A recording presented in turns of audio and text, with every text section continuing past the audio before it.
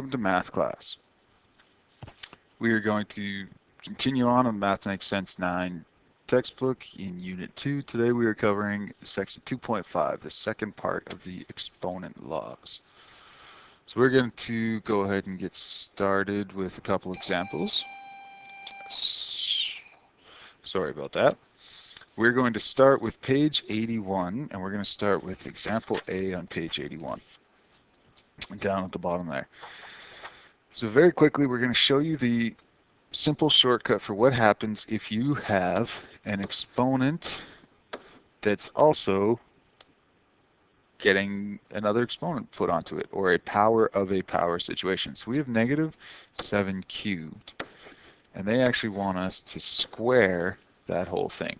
So to show you how this works, at least theoretically, we'll write out the whole thing. So what we have here is negative 7 cubed times negative 7 cubed. We know from our last video that if our bases are the same and we're multiplying, I can actually add the exponents. So now I get negative 7 to the 3 plus 3, which gives us negative 7 to the 6th power. Should make sense, especially because we spent the last class and the last video covering that. But what we also notice is 6 is the same thing as if I went 3 times 2. And that's what my simple shortcut for power of a power is. Anytime I have a number with the same base that has an exponent and something is putting another power on it, for whatever reason we wind up with a power of a power situation, at that point I can multiply these and make it nice and simple for myself. Give myself an easier number to work with. So we'll look at a second example of that same thing. Example B. So example B is negative 2 to the 4th times, to the power of 5. So once again, using my shortcut, I'm simply going to multiply those, and I get negative 2 to the 20th power as my final answer. Very simple. Try C on your own. We're going to jump ahead to page 82 and look at a couple of the examples there. We're going to look at the opposite of power of a power, and we're going to look at what happens if we have a power of products or quotients. So essentially we have an equation that's being given a power. So for instance, if we look on page 82A, we have negative 7 times 5 squared. So we have a couple different ways that we can solve this. The first way is what we call distribution. So I can take my exponent and put it on each term in the equation. So I get negative 7 squared times 5 squared, which I can then evaluate to be 49 times 25, which is 1225. The other way I can do it is by solving the brackets.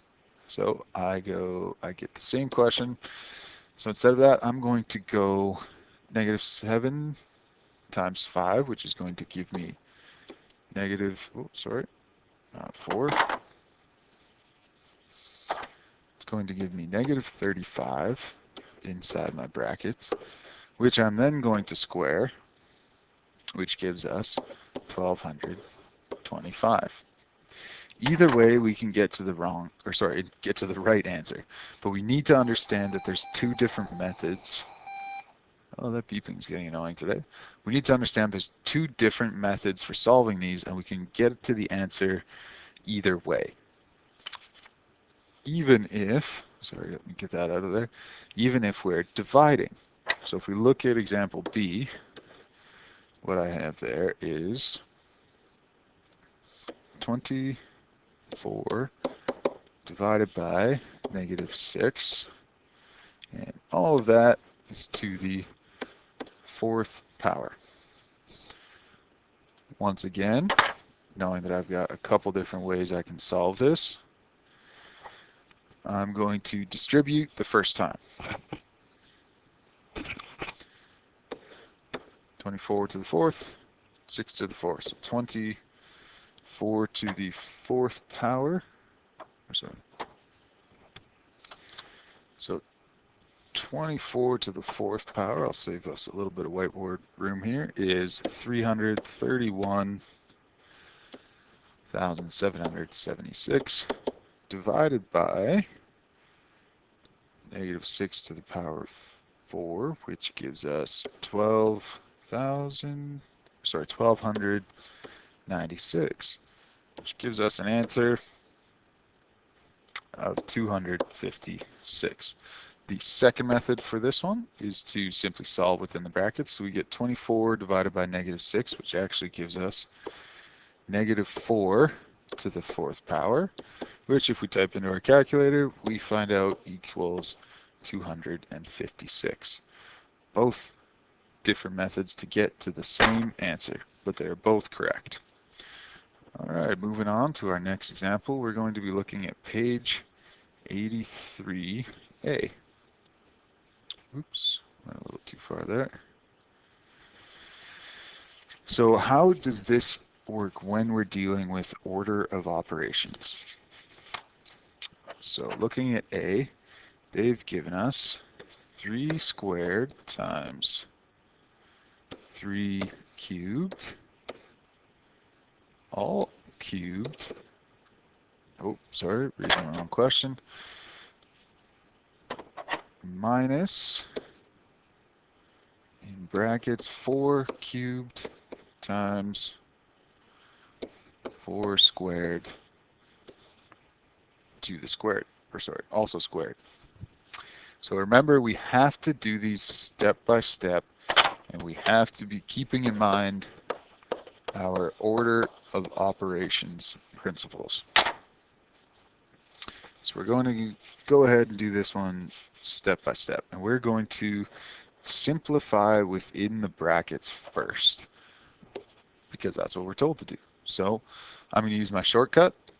If I'm multiplying and my base is the same, I'm going to add these together. So I'm going to get 3/5 cubed minus, same thing, base is the same, my multiplying, so I can add these. So I get 4/5 squared. I'm going to use my other shortcut. I know that anytime I have an exponent with another exponent, I can multiply, exponent, another exponent, multiply. So I get 3 to the 15th power minus 4 to the 10th power. From here, because of this unfortunate subtraction sign, I cannot simplify any further, so I'm going to punch these in my calculator, and I'm going to get 14,348,907 minus 1,048,576.